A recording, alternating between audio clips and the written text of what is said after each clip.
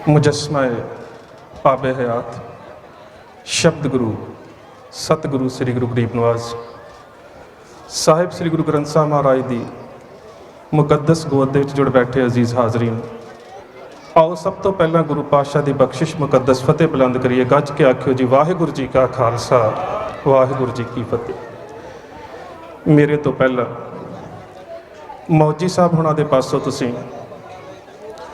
इतिहास का वो प्रसंग सुनिया जिस नूं इतिहास दे विच असीं साका ननकाणा साहब के नाम के नाल याद करते हैं। साका और शहादत साडी एक पंजाबी दी परंपरा है कि जदों असीं कोई पैली वाहुने आ, खेत वाहुने आ ते खुंजे बाद च लाए जाते हैं। सो सारा प्लाट जिहड़ा सी उन्होंने तैयार कर दिता है। मेरे को इन्ना ही मैटर बचिया है कि मैं खुंजे ला सकां, बाकी उन्होंने सारा बहुत विस्तार सहित तुहाडे नाल साझा कर दिता है। उस च उन्होंने कोई कमी नहीं छड्डी इतिहास के उन्हां पत्तरिਆਂ ਨੂੰ तुहाडे नाल साझे करन दे वास्ते। शब्द तुहाडे सामने दो ने, एक शहादत और एक साका।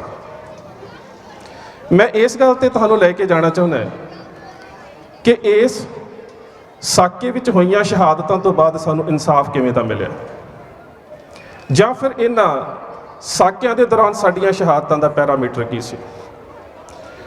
शहीद शब्द साडी पंजाबी भाषा का नहीं है, अरबी भाषा का शब्द है और हिंदुस्तान की धरती के उपर चाहे मुकद्दस वेद, चाहे पुराण, चाहे उपनिषद, सिमरतियाँ, शास्त्रां की रचना हुई है, किसी भी हिंदुस्तान के धर्म ग्रंथ के शहीद शब्द नहीं आता।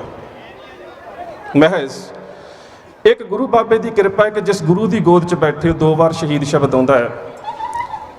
इसकी वरतों गुरु नानक सच्चे पातशाह ने की है। पीर, पैगंबर, सालक, साधक, सहदे और शहीद सारे शब्द अरबी भाषा के ने। एक जगह के उपर भगत रविदास जी कबीर साहब के बारे फरमान करते हैं, ईद बकरीद जाके कुल बिखे गौरे बद करे मानिए सेक शहीद पीरा।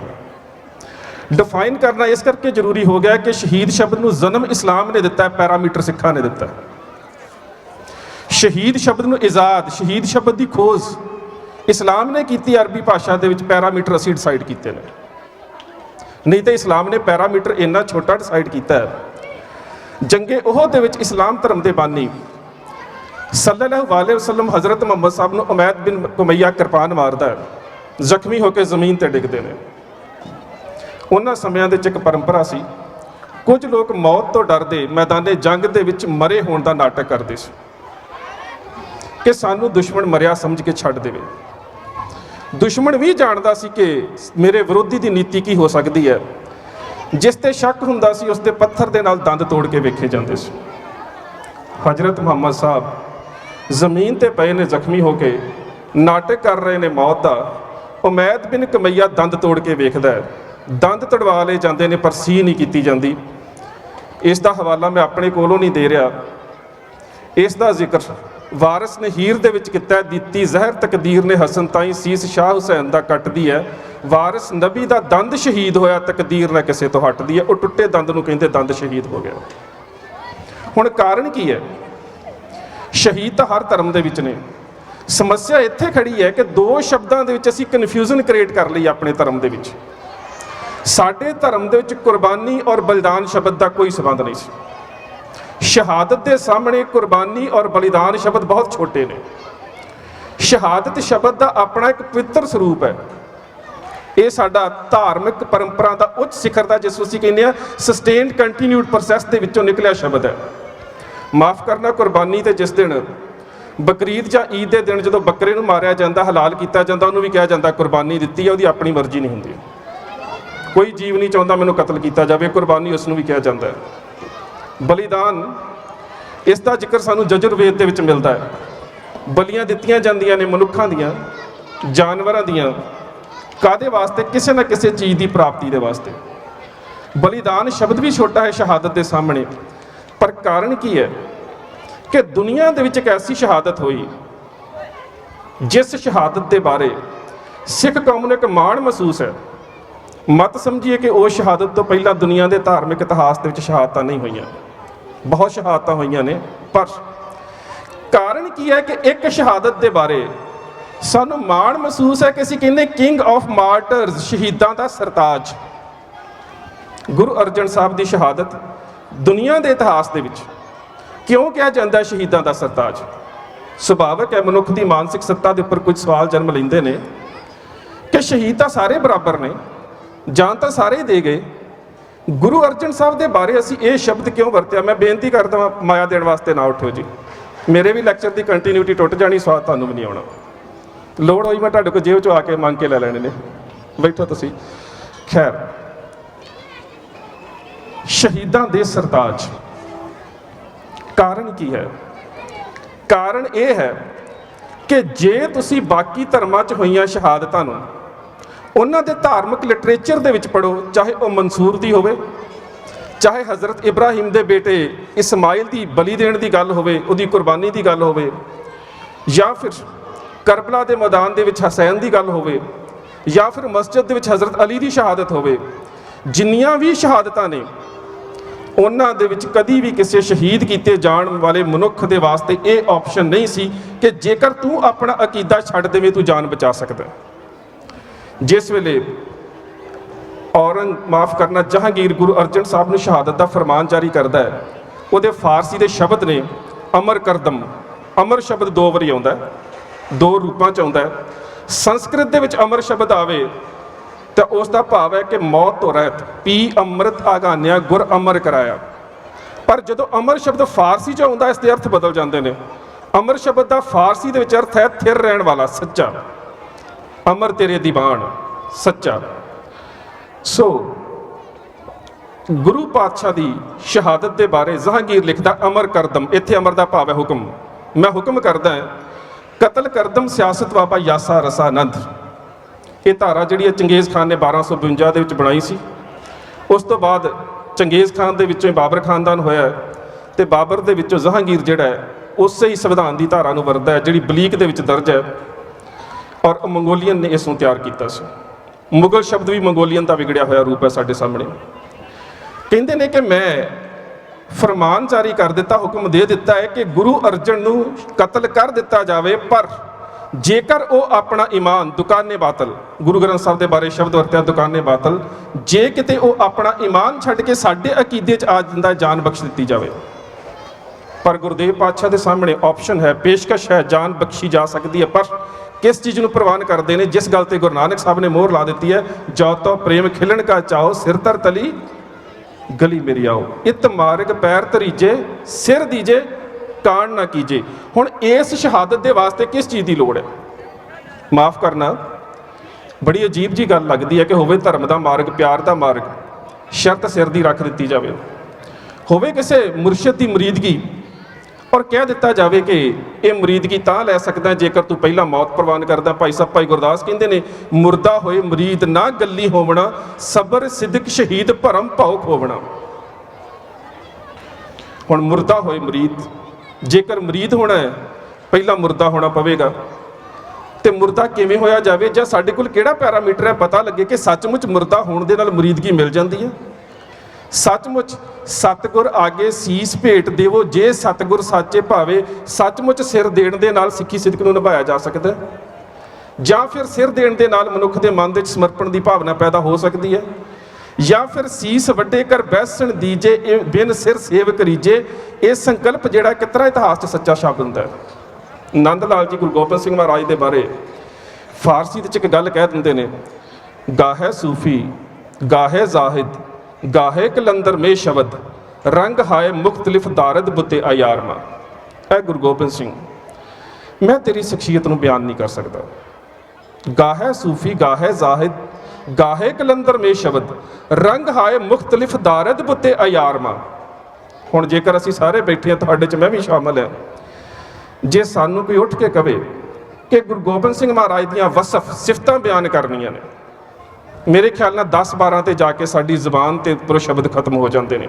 ਅਸੀਂ ਕਹਿ ਦੇਵਾਂਗੇ ਬਾਜਾਂ ਵਾਲੇ, ਕਲਗੀਆਂ ਵਾਲੇ, ਤੇਗ ਦੇ ਧਨੀ, ਸਰਬੰਸ ਦਾਨੀ, ਪੁੱਤਰਾਂ ਦੇ ਦਾਨੀ। 10-12 ਤੋਂ ਬਾਅਦ ਸਾਡੇ ਕੋਲ ਉਹਨਾਂ ਦੀ ਸ਼ਖਸੀਅਤ ਦੀਆਂ ਤਸ਼ਬੀਹਾਂ ਖਤਮ ਹੋ ਜਾਂਦੀਆਂ ਨੇ। ਇੱਕ ਫਾਰਸੀ ਦੀ ਰਚਨਾ ਭਾਈ ਨੰਦ ਲਾਲ ਨੇ ਲਿਖੀ ਹੈ, ਗੰਜਨਾਮਾ। ਗੰਜਨਾਮਾ ਦਾ 105ਵਾਂ ਸ਼ੇਰ ਹੈ, तेग बहादुर रा सरापा अफजाल जन्नत अराह महफिल जाहो जलाल। उस तो बाद 106वें शेर तो लैके 160 शेर तक नंद लाल गुरु गोबिंद सिंह महाराज दी सिफतां बयान करता। उन्हां 55 शेरां दे विच वो 200 तो वध सिफतां बयान कर दिंदा और एक एक सिफत दे विच एक एक थीसिस लिखिया जा सकता है। नंद लाल लिखदा है, तेग रा फतह गुरु गोबिंद सिंह, दिलो जानो राह राह गुरु गोबिंद सिंह, शामल अशफाक गुरु गोबिंद सिंह, काम उल इखलाक गुरु गोबिंद सिंह, वासलो मासूल गुरु गोबिंद सिंह, मुकबलो मकबूल गुरु गोबिंद सिंह, बारदो आलम शाह गुरु गोबिंद सिंह। बार शब्द हुण तां साडे चों खत्म हो गया, रेडीमेड का जमाना है। पुराने समय च कपड़े खरीदते सी, पुछया जांदा सी बर किन्ना है, आकार किन्ना है कपड़े का। नंद लाल कहंदा मैं तुहानूं गुरु गोबिंद सिंह दा बर दसदा, कहंदा बरदो आलम शाह गुरु गोबिंद सिंह, खसम राजा कहा गुरु गोबिंद सिंह। अगली गल करदा है, कहंदा ला मकां पाबोस गुरु गोबिंद सिंह, हर दो आलम कोस गुरु गोबिंद सिंह। अखीर ते जाके कहंदा दुनिया के लोगों मैं तुहानूं एक गल कह देवां, मैं तुहानूं अखीर ते जाके एक गल कह देनी चाहुंदा कि तुसीं गुरु गोबिंद सिंह दीयां सिफतां बयान नहीं कर सकते। क्यों नहीं कर सकते? इसका जवाब एक मुसलमान कवि दिंदा है, कहंदा करतार की सुगंध है, नानक की कसम है, जितनी भी हो तारीफ गुरु गोबिंद की वो कम है। हर चंद मेरे हाथ में पुरजोर कलम है, सतगुर के लिखूं वस्फ कहाँ ताबे रकम है। एक आंख से क्या बुलबुला कुल बहर को देखे, सागर को मझधार को जा लहर को देखे। वो कहता कि खत्म कर देवो इस गल नूं। गुरु गोबिंद सिंह की शख्सियत जिहड़ी है एक समुंदर वर्गी है ते तुहाडी होंद एक बुलबुले वर्गी है। हुण एक बुलबुला कहे कि मैं समुंदर दीयां सिफतां लिख देवां, हो ही नहीं सकदा, ये लिखिया ही नहीं जा सकता। इत्थे जाके नंद लाल ते अखीर एक गल कह दिंदा है, कहंदा लाल सग गुलाम गुरु गोबिंद सिंह, दागदारे नाम गुरु गोबिंद सिंह। आखिरी उहदे शब्द ने, कहंदा है कि बात जानिश फिदाए, फिदा हुंदा कुर्बान हो जाना। जो इस्लाम दे विच सुसाइड अटैक हुंदे ने, कहा जांदा फिदाइन हमला, ये शब्द भी पर्शियन तो आया है, फिदा हो जाना, कुर्बान हो जाना, किसी ते जान वार देनी। बात जानिश फिदाए गुरु गोबिंद सिंह, बरक ओ फर पाए गुरु गोबिंद सिंह। कहंदा हुण मैं सिर्फ इन्ना कह सकदा कि गुरु गोबिंद सिंह महाराज के चरणों के उपर मेरा सीस होवे ते मेरी जान निकल जाए, ये समर्पण है। हुण नंद लाल गुरु गोबिंद सिंह महाराज के दरबार दे विच क्यों आया सी? वो भी मौत तो डरदा आया सी, क्योंकि उसने बादशाह औरंगजेब के दरबार दे विच आयत दे अर्थ कीते सी।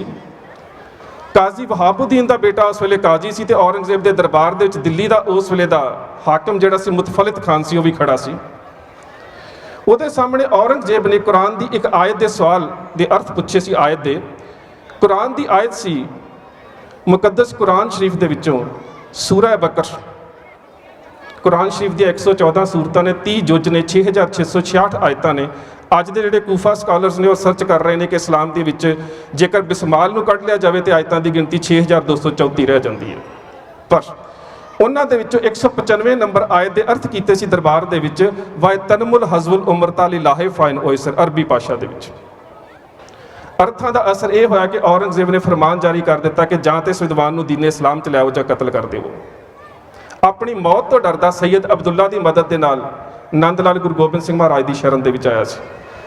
और मैं ये शब्द इस करके बयान किया कि नंद लाल मौत तो डरदा आया सी, पर जो गुरु गोबिंद सिंह महाराज के दर्शन किए ने, उसकी जुबान ते एक शब्द सी, आ हजूमे खुश के बहर बंदगी अस्त, आ हजूमे खुश के बहरो याद अस्त, आ हजूमे खुश हके फरियाद अस्त, आ हजूमे खुश के बहर बंदगी अस्त। उन्हें 4 शब्द वरते सी कि गुरु गोबिंद सिंह के दर्शनों के विचों मैनूं जिंदगी मिली है, जिंदगी के सदका मैं गुरु की याद के नाल जुड़ गया। इस याद के जुड़िया मैनूं ये पता लग्या कि गुरु के दर फरियाद करने के नाल मनुख मौत के भय तो मुक्त हो जाता है। और अखीर ते उसने गुरु गोबिंद सिंह महाराज के कोलों एक मंग की सी। वो मंग सी, मबर ए बात खाकम अज तर दूषित दुश्मनन सर्जनश कुनत के हर जाई अस्त। ए पातशाह मेरी हुण एक मंग रह गई है, मरण तो बाद मेरा शरीर सड़ जाए तो उसकी जिहड़ी सवाह है वो तेरे गुरसिखां के पैरों तो बिना किसी होर के पैरों ना लगे। यही नंद लाल है जिहड़ा मौत तो डरदा आया सी। यही सिੱਖੀ का पैरामीटर है कि पूरे गुरु की शरण के आउण दे नाल जिहड़ा सिੱਖ है वो मौत के भय तो मुक्त हो जाता है। ये सी शहादत का पैरामीटर।